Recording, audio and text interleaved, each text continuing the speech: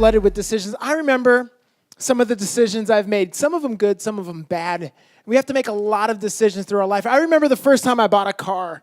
You guys, you probably maybe are in the process of doing that, or maybe you've done that for the first time. But I remember buying a 1997 Ford Probe. The fact that the car was named Probe is not a good indication of the quality of the vehicle, or probably is a good indication of the quality of the vehicle. And it was, it had a special paint job. It was like an oxidized red. It was very custom. And so it was actually more like burgundy. But I didn't know. Thank you so much, Haley Ellingson. But one thing I didn't know when I bought the car, I committed to it, had 200,000 miles on it. And I didn't know, but it was also stick shift. So that was just a decision that I just had to live with, but I definitely regretted it for a very long time. But, the car didn't work very well because I just kept, making all this grinding sound every time I would shift gears. I'm like, whatever. And so that was the last time I drove stick.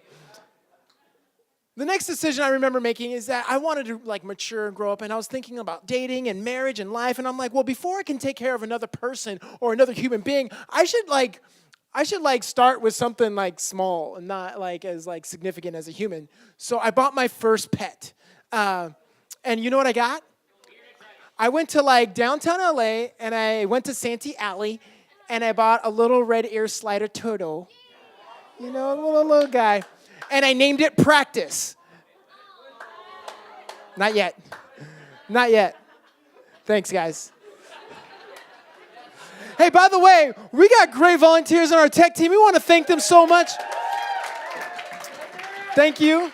We got new people in the back there. It's awesome.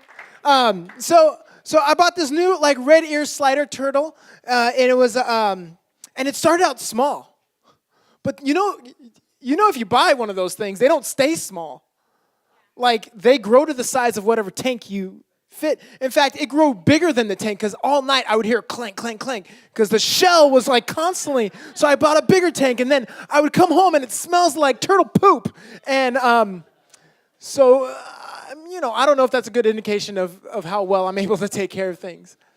And then I remember an earlier decision I made. I was probably in 5th grade, and I wanted to figure out I decided that I was going to teach myself how to kiss a girl. And true story, I cannot make this up. So. And I remember, I was like, well, how am I going to do this? How am I going to figure this out? Well, and I realized, I have a pillow. And on the pillowcase is a Wheel of Fortune, display, and there's a picture of Vanna White. And so I waited till Mom and Dad went to sleep, and I was like, okay, this is my chance. It's going to happen. Keep in mind, I'm in elementary school. And then I'm trying so hard to figure this kissing thing out, and I instantly regretted it. Because all night, I would roll over, and there's this wet spot on the pillow the whole time. And so, instantly regretted that. So, I didn't know what I was doing, But even as a little kid and as an adolescent and even as an adult, I'm faced with multiple decisions. And I know that I'm not the only one who has to make stupid decisions, or I'm not the only one who has made stupid decisions in this room. Raise your hand if you are in the stupid decision club with me. Great. Yeah, okay, a lot of you guys. What if I were to tell you that one question would bring unmistakable clarity to every decision that you made? That you would be able to avoid past regrets and make good decisions for the rest of your life. Because some of the bad decisions we make leave us wasting a lot of time, wasting a lot of money, and wasting a lot of tears. I want you right now, think back to maybe a time in your life where you made a decision and things didn't go so well. Maybe a time in your life where you regret a decision you made. Maybe it was a spring break. Maybe it was that summer or that boyfriend or that girlfriend or that semester that didn't go so well because of a series of small decisions you made and you regretted it. What if I were to tell you that this one question, if you were to superimpose it in your past, you would have saved yourself a lot of regret, a lot of pain, a lot of tears, and a lot of time. Today, we're going to talk about a question that really, literally, can be the question that ends all other questions. Literally, this is the question that becomes the centerpiece, that can be the centerpiece of all your decisions, and will save you time and tears. But before we jump into what this question is, would you pray with me as we figure out what Paul has to say and how he unlocks this question and brings it to life to us today? Father, thank you so much for your word and for your wisdom. Thank you for your wisdom. We know that your wisdom is different than love, and your wisdom is what guides us, and your love is what saves us. Father, today we submit our minds to yours. I pray that you would deliver us from our folly, our foolishness, our mockery, and our simpleness. Speak to us from your word. In Jesus' name we all said, amen. We run into this question in the book of Ephesians chapter 5. So if you're following along, we're in Ephesians 5, verse 15 through 17. And we run into this question because Paul is talking to a church that is in a very severe cultural climate that is opposite of the direction that God would want. He's talking to a church in a Roman Greco culture. And think, I was just in Israel, and what happens is, the way the Roman Greco culture colonizes, they Hellenize people. And so basically they introduce their culture, and their culture pretty much becomes a dominant culture of whatever place it overtakes. If you go to Israel and you see the ruins, you see a lot of Roman columns, and you see the evidence of the Roman rule, the great Roman Empire. And one of the things that I realized, or that I saw in Israel, was the context in which the Bible was written in. And I went to a Roman bathhouse. And in these places, or even in these cities, the culture, it was completely ungodly. In fact, it was even worse than whatever ungodly American culture would be, because in the Roman Greco culture, people were encouraged to have sex with one another without a commitment, without a condom, without whatever. And not only were they encouraged to have sex with one another, this was a act of worship. There was temple prostitutes, and you would have these huge sexual parties, in addition to having these huge, gorging yourself with food parties. Like if you're a foodie, you would want to be in the Roman Greco culture, right? Because they would feed you tons and tons and tons and tons of food, and they would promote this type of behavior. And you know what else they would promote? Bulimia wasn't a problem for them. In fact, bulimia was something that was encouraged. Right next to the bathrooms, right next to these Roman bathhouses, there's another room. You know what that room is called? A vomitorium. Good job. Someone paid attention. Right? But these vomitoriums, right? So what you would do, you would go and eat and drink, and you would do it all in the name of a goddess of Dionysus or god or goddess Dionysus or Bacchus or whatever they were worshiping. So they would eat and eat, have a lot of sex, take a little bath, throw up, and go and eat again. Right? This was just Roman, every day. This is okay. And this is the cultural climate that Paul is talking to believers, Jesus followers in this culture. And he says this, be very careful then. Ephesians 5, we're going to go ahead and throw that up right now. Ephesians 5:15, be very careful then how you live, not as unwise, but as wise, making the what? Most of every opportunity, because the days are evil. Therefore, do not be foolish, but understand what the will of the Lord is. Let me go ahead and back up. Be very careful. Somebody say careful.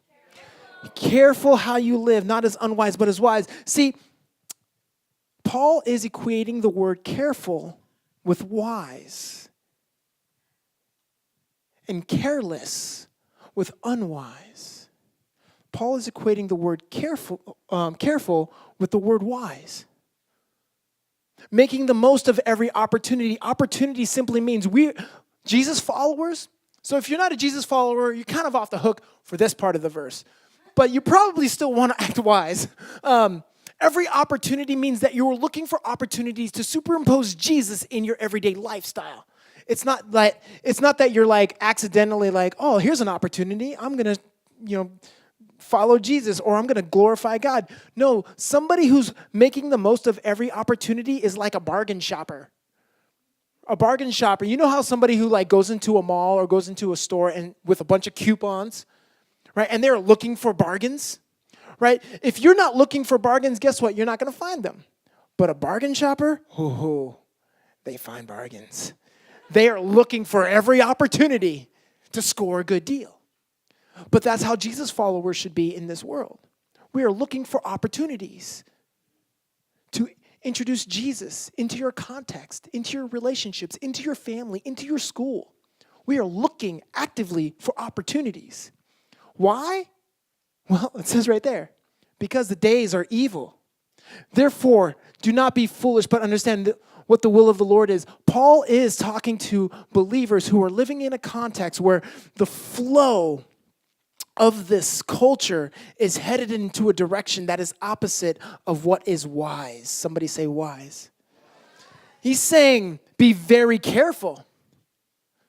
Because the flow of this culture, the moment you pick your feet up, the moment you are not careful, the flow will take you to where you don't want to go. So be very careful. And the question that Paul wants us to ask is not, is this legal? Is this even right? Or is this even wrong? That's not the question. Is this wrong? Is this sin? Paul doesn't want us to ask those questions. Paul wants us to ask, is this wise? Is this wise? What's the wise thing for me to do? And I believe if you superimpose that question in every single context, in every single opportunity, every single invitation, and every single decision you make, you'll walk away with a whole lot less tears. You'll walk out with less debt.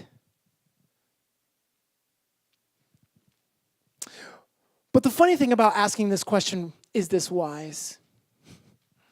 Is that we play mind games. You know who the easiest person for you to fool is? Yourself. The easiest person for you to get yourself in trouble with is you.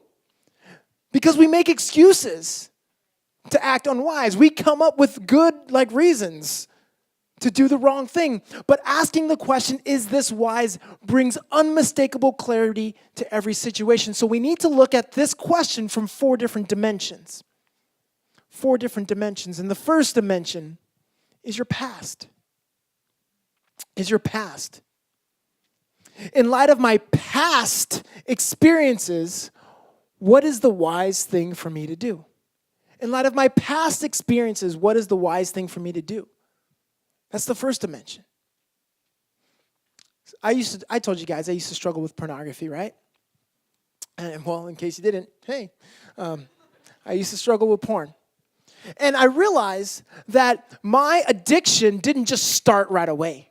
And I'm sure the same thing is true with all you guys. Whatever problem that you have, whatever regret you ended up having in your mind, that didn't happen right away.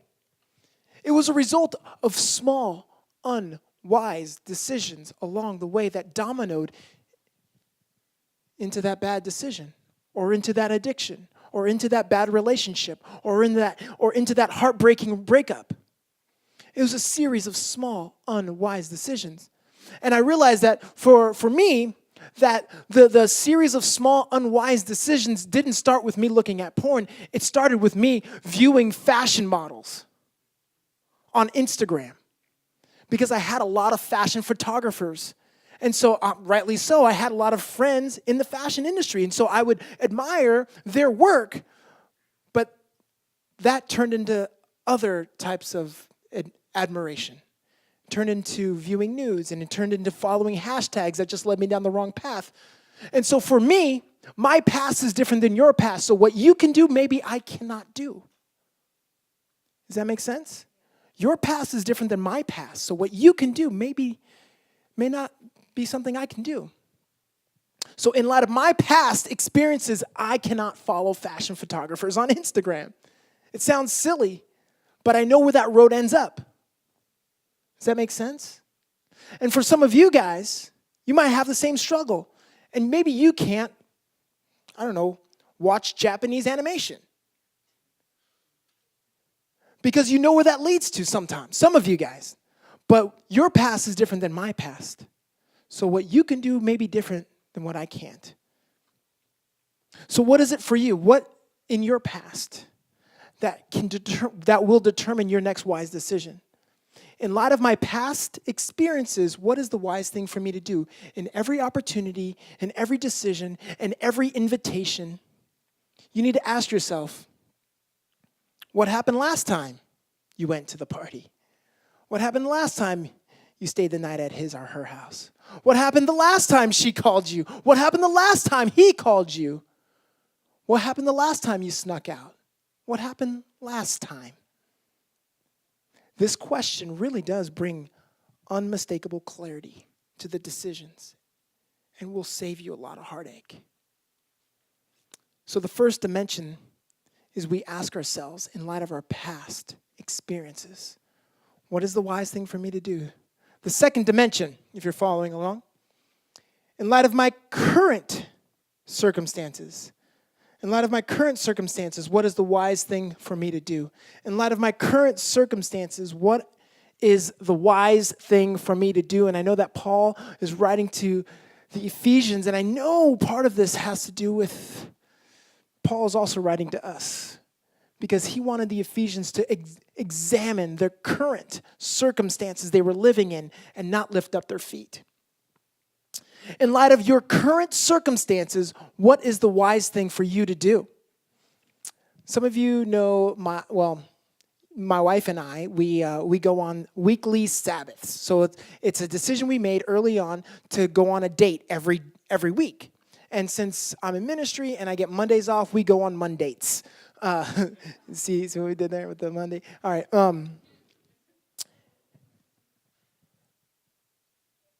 When we were living in Orange County, Michelle and I worked a lot, like 10-hour days, maybe 6 days a week. Like we're managing a DJ company, a photo company, fashion. We're doing, Michelle's doing acting, and I'm doing ministry, and I'm going to school. And so there was some weeks that I would just work, and we would just be stressed by the end of the weekend. By Sunday, we were just done. We checked out. We were just emotionally spent. And so we would want to do something to like recharge our batteries. And sometimes we would need to recharge our batteries, but our bank account really didn't allow us to do anything special or significant because the paychecks haven't come in. That's what happens when you're self-employed. So what we would often do is say, hey, honey, let's go to the pet shop and play with puppies for an hour. Let's just go to the pet shop and play with puppies for an hour.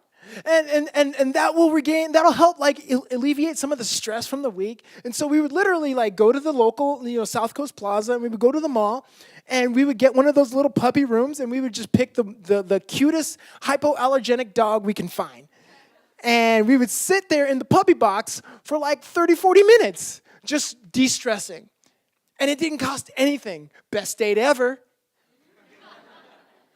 Right? And so when we moved up here, we bought our first condo in Simi Valley, and we're thinking, wow, we really want a dog. We really want a dog. Like, I think it'll be good for our stress and whatever.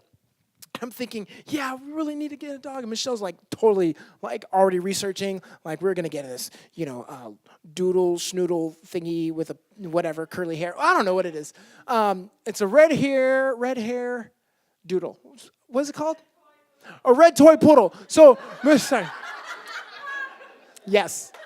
So we really wanted a red toy poodle.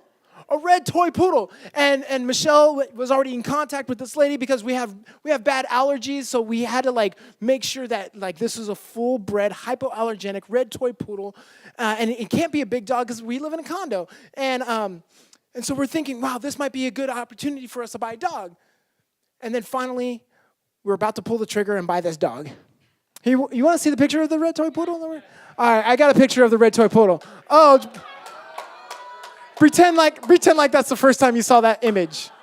Oh, okay. Good looking at, guys. So that was gonna be our dog. And if you know us, you know how the story ends because we don't have a dog. So we had to consider our current circumstances. In light of our current circumstances, we live in an apartment, we don't have a backyard, and we don't spend enough time at home to actually take care of a living being that is dependent on us. Right? We need an interdependent being living with us. That's hypoallergenic. That looks that cute. Sorry, cat lovers.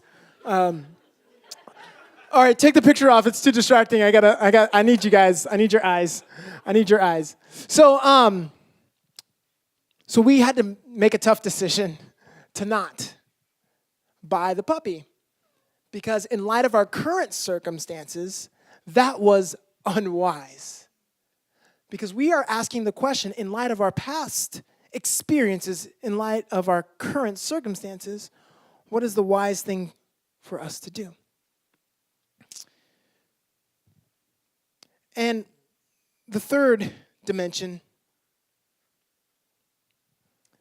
that is probably the most dynamic dimension that you'll encounter is in light of your future hopes and dreams.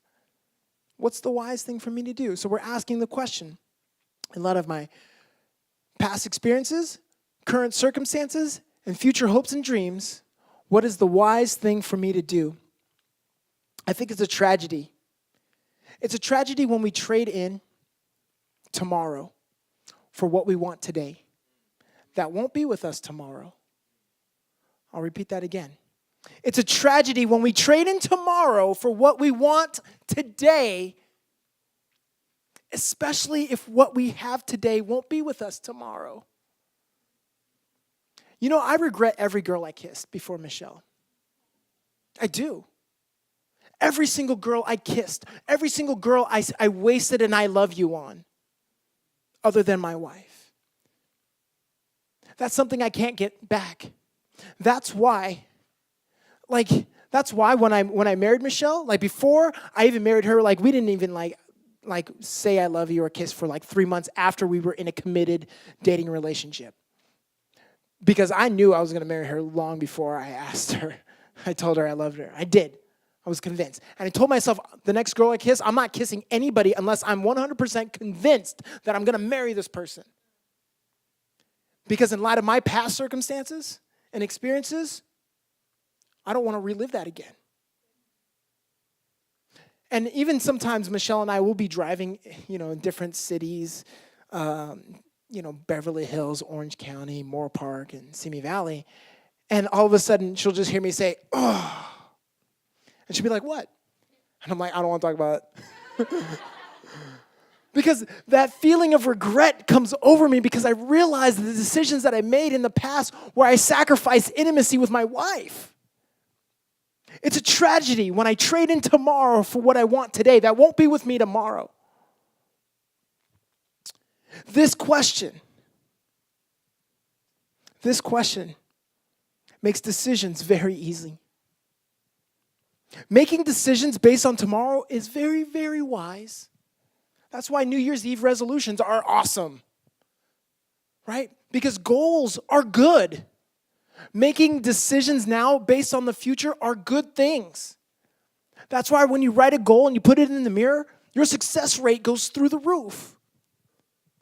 My grades in school didn't skyrocket until I was convinced I was going to graduate. Until I believed God wanted me to graduate, that's my goal. Right? But when I was aimless, when I didn't know what I wanted to do, I would skip oceanography class in a heartbeat. I would. I'd hang out with my friends and just skip oceanography class. And then as soon as I realized God wanted me to get a degree, I got a B+, right? Because making decisions now based on the future is a wise thing.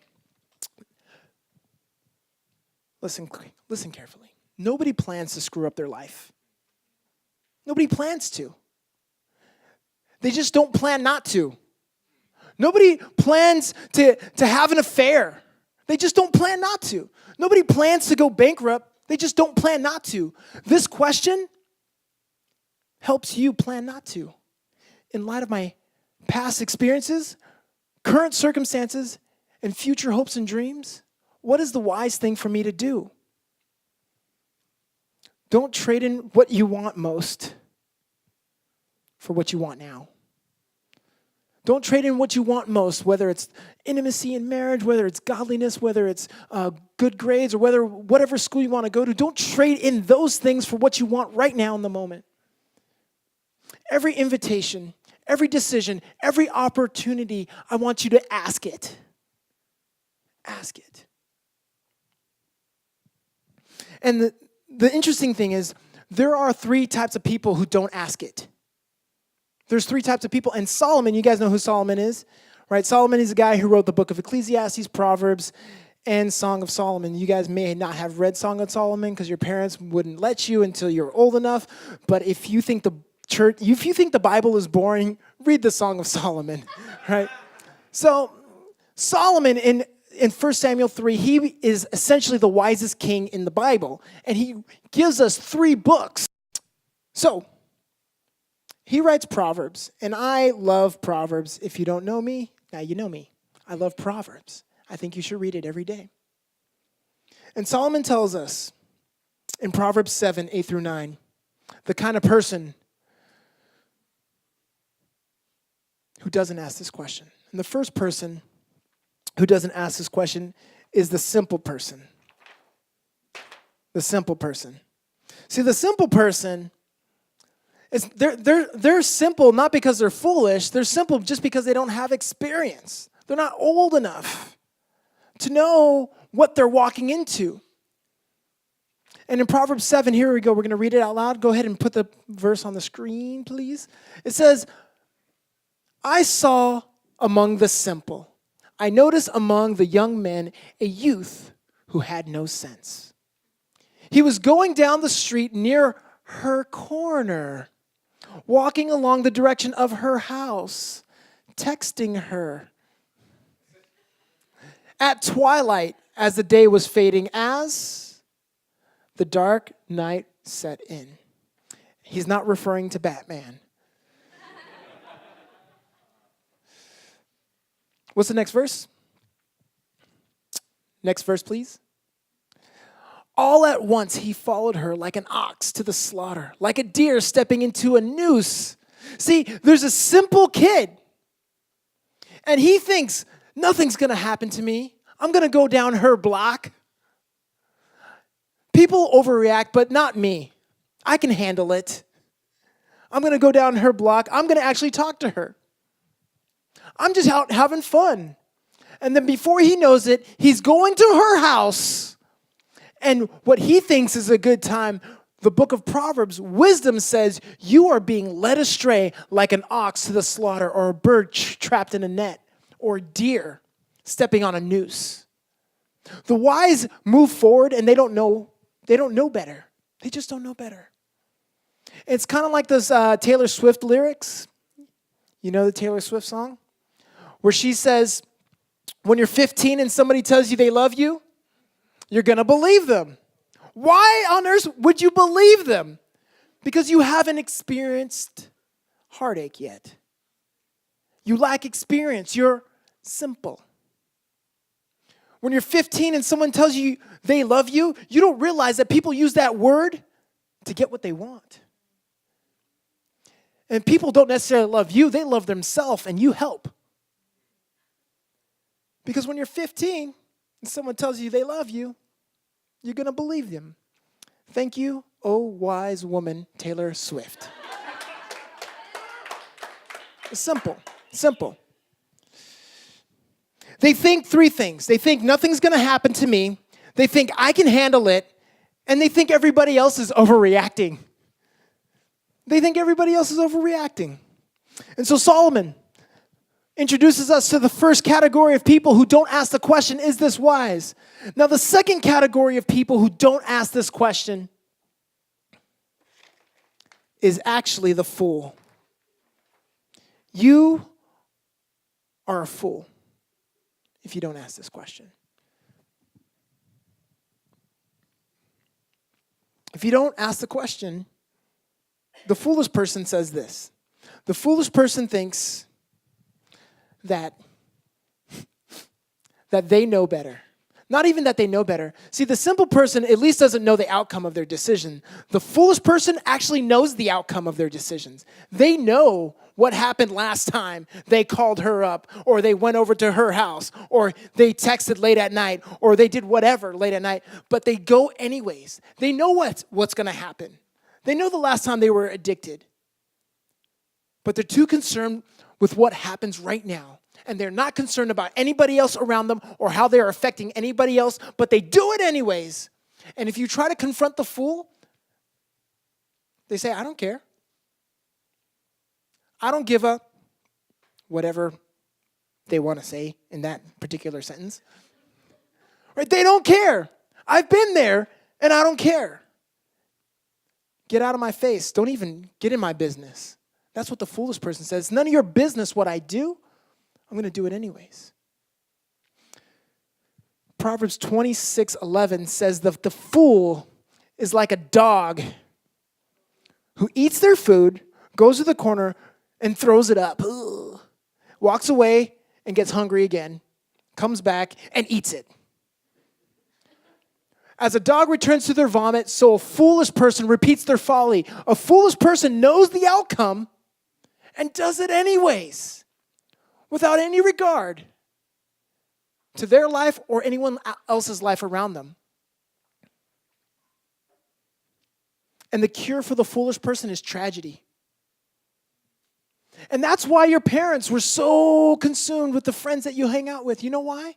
Because the companion of fools suffer much harm, Proverbs 13 says. Right? It's the companion of fools that suffer harm. It's the companion because they don't care about themselves. They're definitely not going to care about you. So if you have friends who are foolish, watch out because it's the companion of fools that suffer harm. The only cure for this person is tragedy. See, the only cure for the simple person is time. They just have to learn the hard way. But they don't have to because wisdom is knocking at their door. And the last person that Solomon reminds us is the mocker. The mocker. See, the mocker thinks they're better than you. They're condemning. They're condescending. And I hope you don't ever marry someone like this. I hope you don't ever work for someone like this. And I hope you're not friends with someone like this. Most of the time, there's not very many mockers in church. Because the mocker, all they do is that they try to use their intellect to muscle you into submission and demean you and make you feel bad about yourself. See, the mocker can care less about wisdom. He'll hate you for wisdom. He already hates you to begin with. Mockers are the guys who make fun of Christians, makes fun of Jesus people, and definitely goes with the flow of society, but hates Jesus people. Hates them.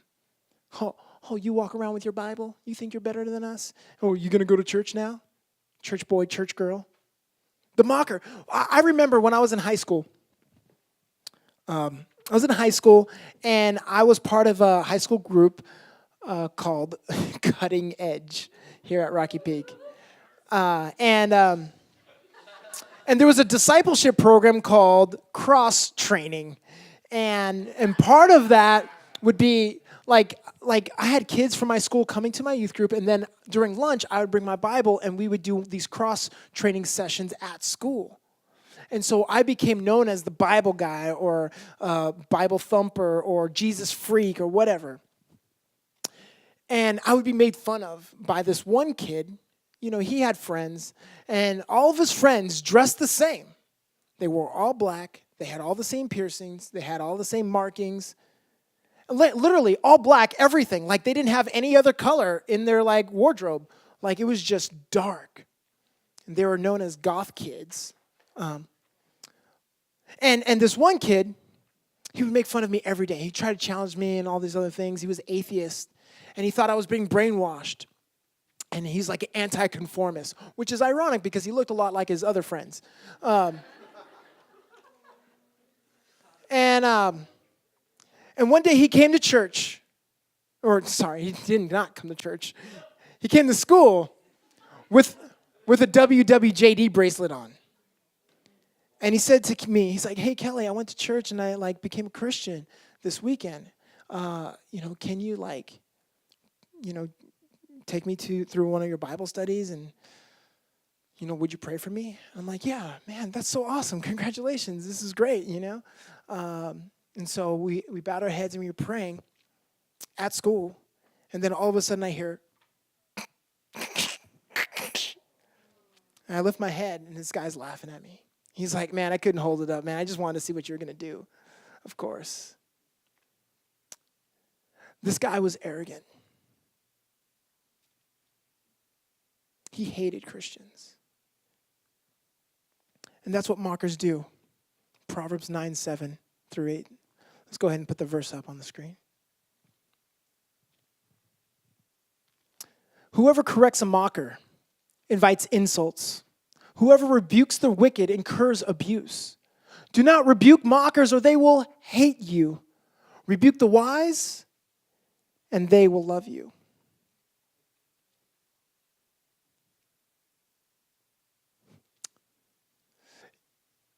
If you are not asking the question, in light of my past experiences, current circumstances, and future hopes and dreams, what is wise? You're probably in one of three of these categories. And let's put it all together. I want to help you understand this. The summary. The simple person just says they don't want to grow up. And they live with their youth, and they keep making bad decisions. The foolish person just says, I don't care. I do what I want. It's none of your business. And the mocker says, don't talk to me, you idiot. That's what the mocker says. You don't need to be afraid of these people. And maybe you are these people. Correct the simple, and they won't understand you. Correct the fool, and they will judge you, and they will ignore you. And if you correct the mocker, they will hate you. But if you correct the wise, they will love you. Do you invite correction in your life? Do you invite correction in your life? See, wisdom makes a call to these three people. And if you sit in any of these three seats long enough, guess what? You won't be able to recognize wisdom's call after a while. You won't. If you sit in the seat of simplicity for too long, you won't even recognize the call of wisdom. It says right here, Proverbs 1:20. If you guys have your Bibles, we're going to camp out for just another minute, and then I'll let you guys go. Proverbs 1:20. Go ahead and throw it up on the screen. Out in the open, wisdom calls out aloud. So listen, wisdom is making themselves available to all three of these people. And wisdom is making themselves available to you. See, she raises her voice in the public square. On top of the wall, she cries out at the city gates and she makes her speech. You want to know what her speech is? Right here. Next verse, please. Next, sweet. How long will you who are simple love your simple ways? How long will you mockers delight in your mockeries and fools hate knowledge? Next verse. Repent. Turn the other direction. Stop making these stupid decisions. Repent at my rebuke. Then I will pour out my thoughts on you, and I will make known my teaching. Next verse. But since you refuse to listen when I call, and no one pays attention when I stretch out my hand, since you disregard all my advice, the simple person disregards advice. You know why? Because they think they can handle it. They think people are overreacting. They think they're the 1%. Next verse. I will turn and I will laugh when disaster strikes you. I will mock when calamity overtakes you. When calamity overtakes you, when calamity overtakes you like a storm, like disaster that sweeps over you like a whirlwind. Next verse. When distress and trouble overwhelms you, please don't be mistaken. You will reap what you sow. Eventually, these people will cry out, and wisdom will not be available. One of the saddest things that happens in ministry for me is when I sit down with someone who's been a mocker or been a fool or been simple for too long, and they cannot undo what they did. They cannot undo the repercussions and the relationships that they have destroyed by ignoring wisdom. And disaster has overtaken them. And for the mocker, wisdom says, hey, I've been giving myself to you, and you've laughed at me. But when disaster strikes you, guess who will be the one laughing? Keep in mind that wisdom is different than God's love. We're not talking about God's love here. We're talking about wisdom. And wisdom always, responds to the sowing and reaping principle. It's called the retribution principle. Next verse. Then they will call me, but I will not answer, wisdom says. They will look for me, but I will not will not find me, since they hated knowledge and did not choose to fear the Lord. Again, if you sit in this seat too long, you won't even be able to recognize wisdom's voice. Next verse.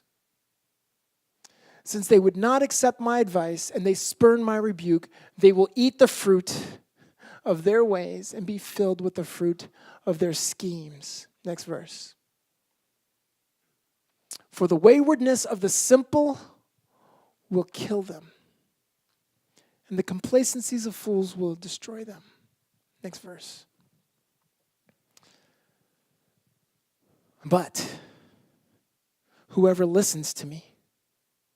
See, this is a huge part in the verse. Because after all of that, after all that reaping and sowing, wisdom cries out one more time and says, whoever listens to me, they will live in safety and be at ease and without fear of harm. See, simple people, you got to know that you may be young and you may be making bad choices, but you can have it all. You can have your youth and you can have wisdom, but you're going to have to ask. In light of my past experiences, current circumstances, and future hopes and dreams, what is the wise thing for me to do? This question brings unmistakable clarity and will save you a lot of time, money, and relationships. But you're going to have to ask it. We're going to invite the band up as we close. Now, I don't normally give homework, but tonight I'm going to give you homework. I know homework in the summer sucks. But what I want you to do this week, I'm not going to ask you to change your life or do anything drastic like that. And if you're listening at home, I want you to take this challenge also.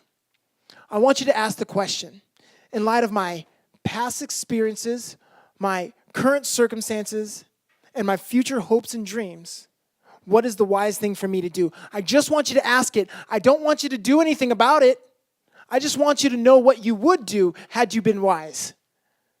Because that way, you'll learn something about yourself. And if you're sitting here today and you're saying, no, Kelly, I'm not going to ask. That's a stupid question. Well, let me tell you this. You don't have your best interest in mind. You don't. you don't have your best interest in mind. And if you don't have your best interest in mind, then who does? And I'm telling you that God does. God has your best interest in mind. And I want you to consider that. That in every decision, every opportunity, every invitation, would you ask it? And learn about yourself.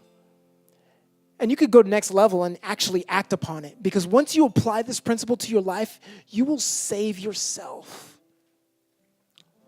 the heartache, the regret that you keep running yourself into. It doesn't have to be this way.